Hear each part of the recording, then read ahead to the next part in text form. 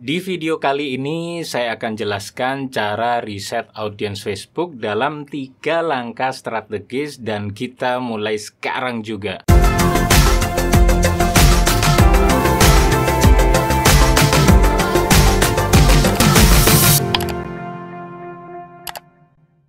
Sebagai Facebook advertiser, tentunya Anda sudah tahu bahwa Facebook Ads itu platform beriklan yang sangat powerful. Karena di Facebook kita bisa menargetkan iklan kita ke 2 miliar pengguna Facebook dan Instagram dan menentukan sendiri orang-orang yang akan melihat iklan kita. Misalnya berapa rentang umurnya, apa gendernya, tinggal di mana, apa minatnya, dan masih banyak lagi. Tapi ternyata banyak advertiser yang boncos dan hasilnya tidak sesuai harapan. Kenapa?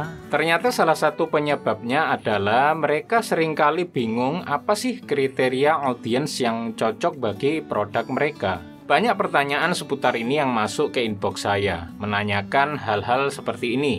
Misalnya, Mas, saya jualan produk speaker Al-Quran, interestnya apa ya? Atau, Mas, saya jualan properti, interestnya apa ya? Mas, saya jualan batik, kok cuman ada satu interest saja ya, nggak ada yang lain, dan lain sebagainya. Jika Anda punya pertanyaan serupa, silakan tonton terus video ini sampai habis. Karena di sini saya akan bocorkan cara menentukan target audience untuk produk apapun yang Anda jual, sehingga tidak perlu bingung-bingung lagi saat riset audience untuk iklan produk Anda. Nah, seperti yang saya jelaskan tadi, kebanyakan orang langsung tertuju pada parameter apa yang harus dimasukkan di Facebook. Langsung mikirin bagian teknisnya. Padahal, sadarkah Anda? Kunci menentukan target audience adalah mengenali fitur dan benefit produk Anda dengan baik dulu. Alias, kenali apa sih yang Anda jual itu.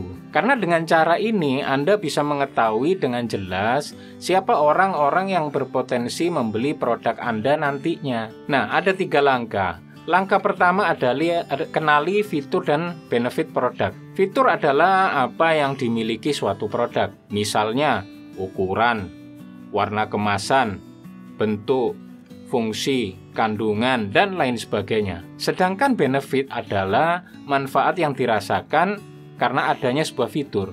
Misalnya, ukuran yang laptop yang kecil ya, misalnya fitur, membuat lebih ringan dan mudah dibawa kemana-mana. Itu adalah benefitnya. Kita ambil contoh misalnya produk batik ya. Saya sebutkan dari fitur kemudian benefitnya ya, manfaatnya.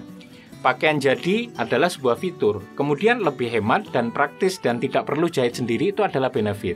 Kemudian kain adalah fitur, manfaatnya bisa jahit sendiri sehingga ukuran bisa lebih pas di badan. Kemudian fitur motif elegan ya, manfaatnya adalah kesan mewah ya, meningkatkan status sosial, nah itu manfaatnya. Kemudian fitur motif kalem ya, manfaatnya adalah kesannya jadi feminim. Kemudian fitur ukuran kain yang panjang dan lebar.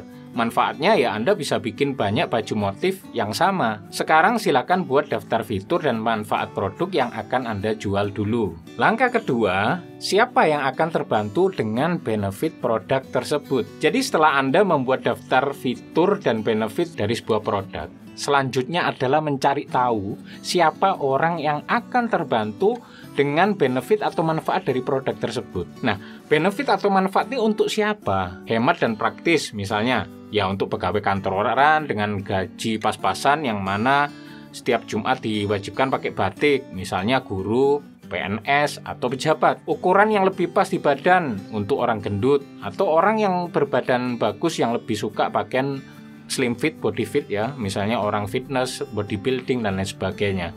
Motif elegan, yaitu orang-orang kaya, orang-orang dengan status sosial tinggi, misalnya pekerjaan yang pendapatannya di atas rata-rata, misalnya dokter, lawyer, pebisnis, dan lain-lain.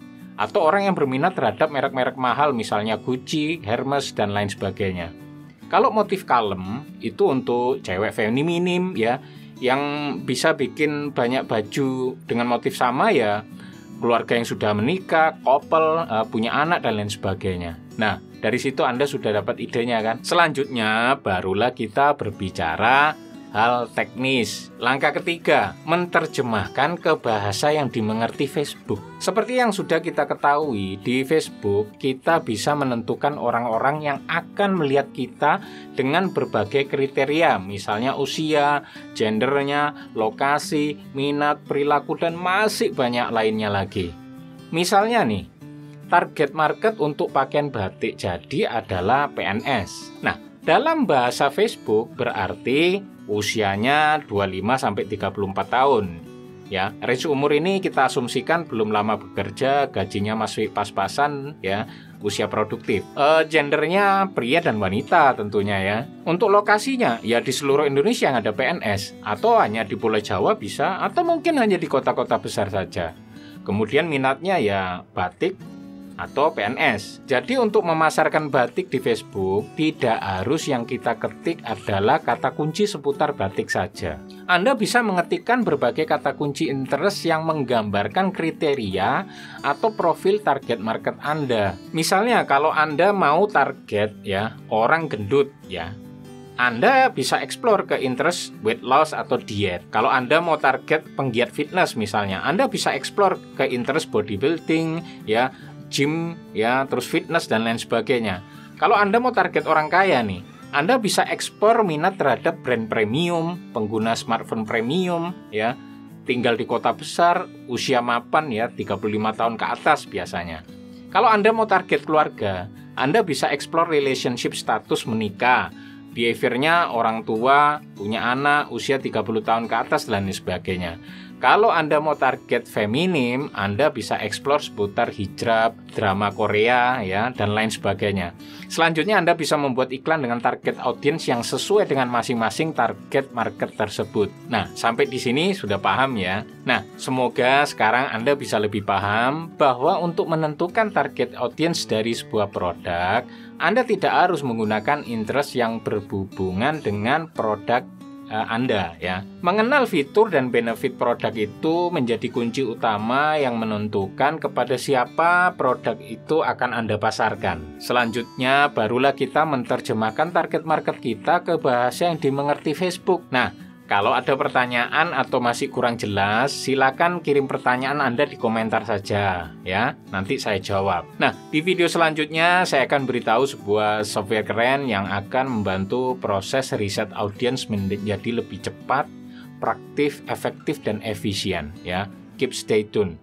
Ya. Oke, kalau video ini bermanfaat buat teman-teman, silakan klik like dan share agar juga bermanfaat bagi orang lain, dan pastikan juga untuk klik subscribe dan nyalakan lonceng notifikasinya agar teman-teman selalu mendapatkan update video terbaru dari saya. Wassalamualaikum warahmatullahi wabarakatuh.